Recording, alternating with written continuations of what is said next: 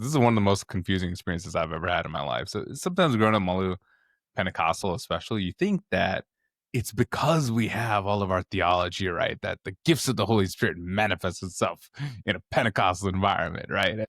When I went down to U of I for the first time, I ended up joining a Korean Presbyterian church. And so it was so funny, there was one time where we're having these revival meetings on campus, and of course there's prayer meetings leading up to it, and you see the manifestations of the gifts of the Spirit, like they're speaking in tongues, there's some prophecy, all this stuff is happening. I'm like, man, what a crazy, awesome community.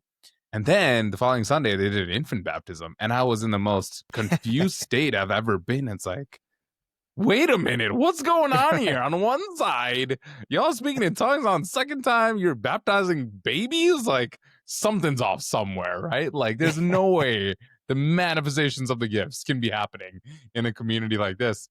And man, I mean, that's definitely a moment that shaped my thinking for sure. But man, just to explore deeper and be like, you know what?